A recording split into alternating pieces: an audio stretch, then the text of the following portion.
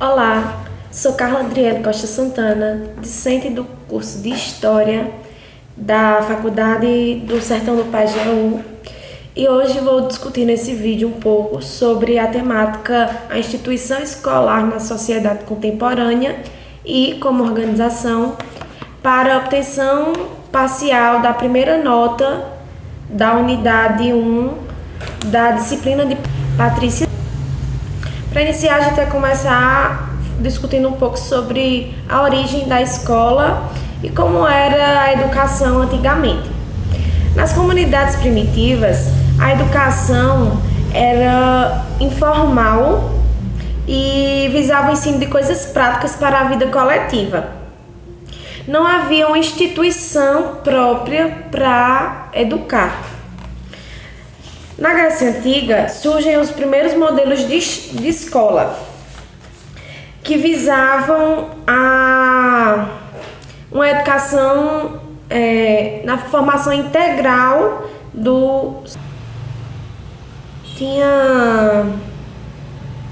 era que ministrava, a princípio, as aulas, né?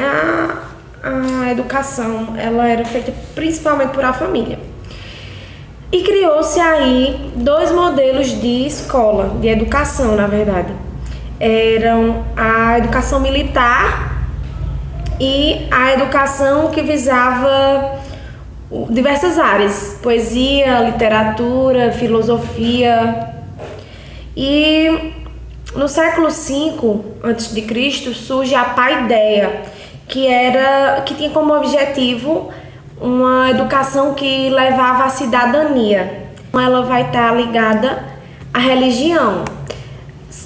Quem vai ter o papel de educar vai ser a igreja. E aí vai ser o conceito de escolástica, né? O professor ensina, ele é o detentor do conhecimento e o aluno, ele só absorve.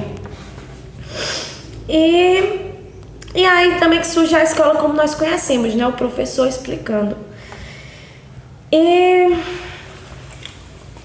com a Revolução Industrial, esse modelo de escola, que ainda era restrito ele passa a aprender a manusear as máquinas, né? Para poder trabalhar. Então a escola, ela muda o formato com o conceito de capitalismo. O capitalismo ajuda muito ao desenvolvimento da instituição escolar. E aí a escola, ela vai ter a função de dominar esses trabalhadores, não é? Ele vai ter um sentido de dominação mesmo, a escola. No século XVI, Inácio de Loyola, ele cria o Ratio Studiorum,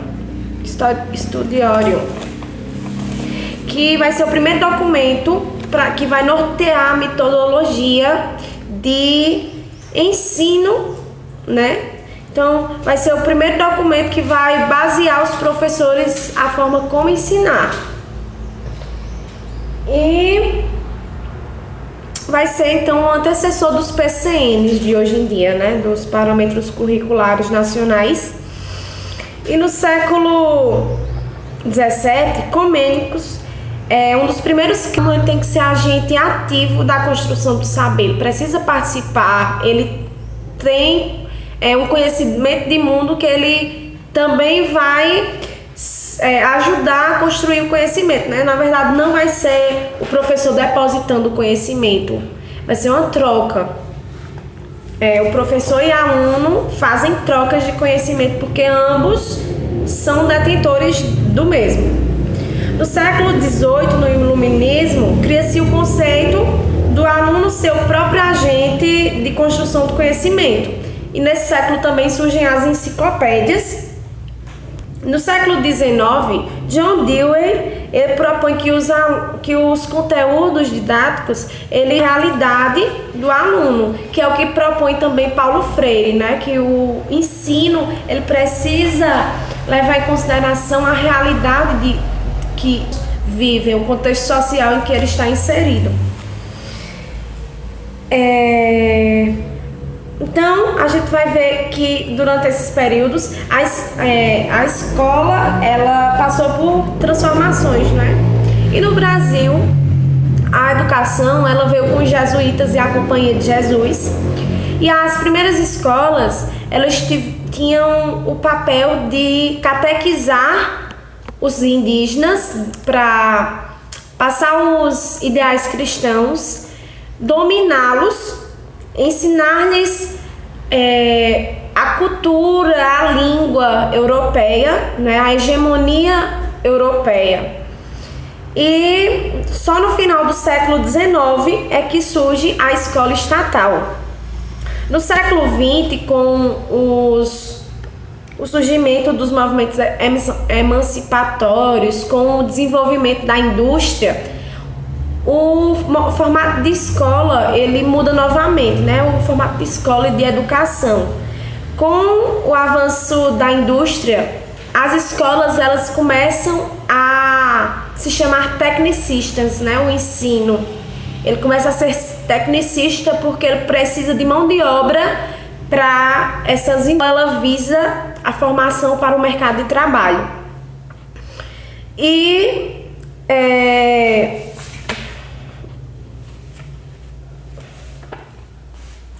com todos esses movimentos, eles continuam o questionamento de que o aluno tem que ser agente ativo do processo de ensino-aprendizagem, né?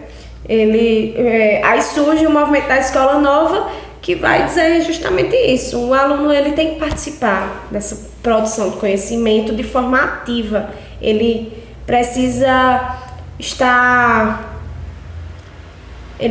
refletir, ele precisa dar sua opinião, ele precisa construir, né? E aí a gente vem para hoje em dia, e um dos maiores desafios da escola, o papel da escola é a democratização do ensino. O ensino ele precisa ser construído por todos, a sociedade, os professores, os alunos e funcionários da escola, eles têm que participar ativamente desse processo. A escola ela não vai estar alheia ao que acontece fora dela. Ela precisa receber a demanda que vem de fora dela, a diversidade que vem de fora dela e ali dentro construir junto, né? Então, a escola ela é multicultural. Os alunos, eles têm conhecimentos de muitos alunos de forma não neutra, não homogeneizadora, de forma que e seja parte fundamental da instituição escolar. Então, a escola ela tem um dos objetivos de superar as desigualdades sociais, né? E o conceito de justiça ele é muito proposto na escola, de os valores, né? Os valores. Então, nós vemos alguns desafios da escola como uma organização, de que a escola ela tem que ser para todos, não é? Ela precisa atender todos, e como está na Constituição Federal, desde 1937, a Constituição ela garante o ensino para todos, mas que na prática isso não aconteceu.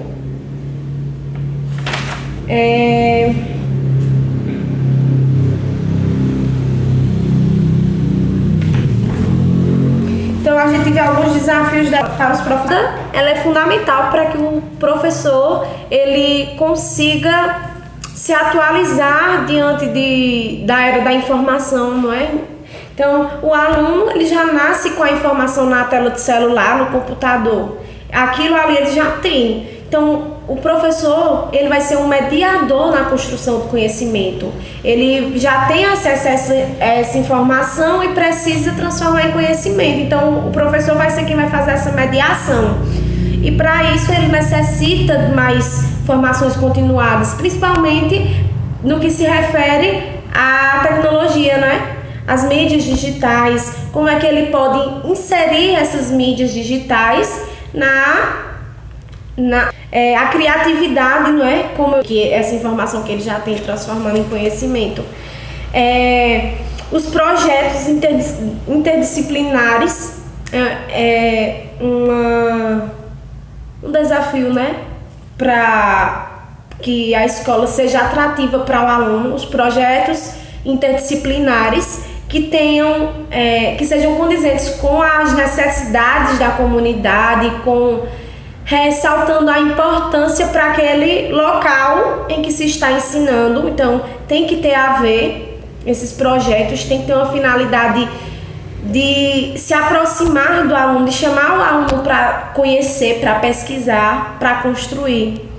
Usar essa tecnologia nem porque precisa ir, motivar o aluno a ir para a escola porque ele gosta do ambiente escolar. Então precisa esse ambiente escolar ser um ambiente em que acolha esses alunos, não é? Em que eles se sintam fundamentais nessa instituição, bem como contextualizar os conteúdos, não é? Então os conteúdos didáticos eles têm que ter sentido para esses alunos, eles têm que saber por que eles precisam aprender, qual a importância desses conteúdos para sua realidade, né? Para a sua vida.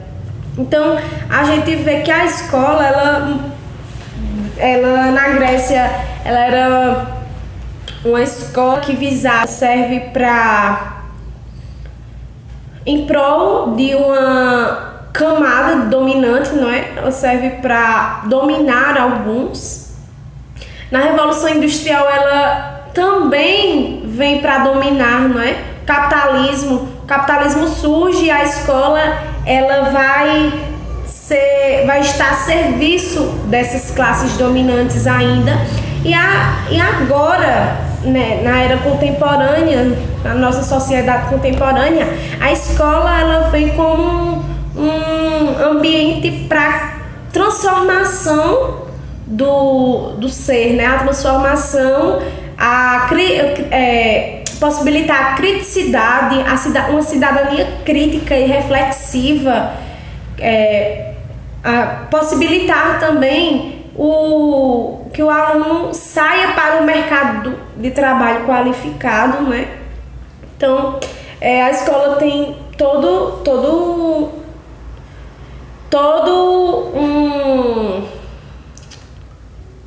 ela tem, e a gente percebe que mudando, porque eu estou apresentando esse trabalho que vale nota de prova via internet, né? Eu estou em casa e estou fazendo minhas atividades online diante da pandemia, e a escola precisou se adequar a essa realidade.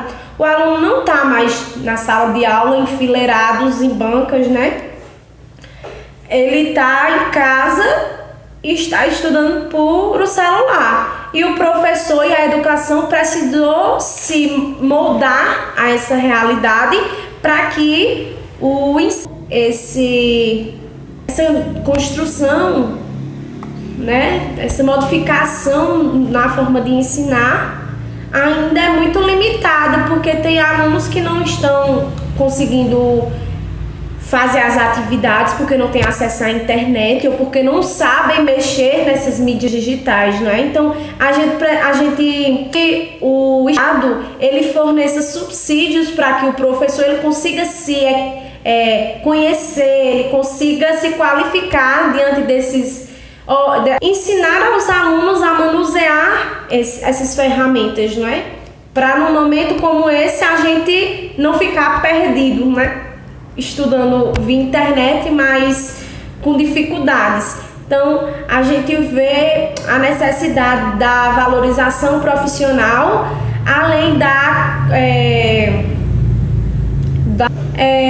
o professor cada vez com mais excelência. Então, é isso. Eu espero que tenham gostado. Até mais e se cuidem, fiquem em casa. Até o fim da pandemia. A gente se vê.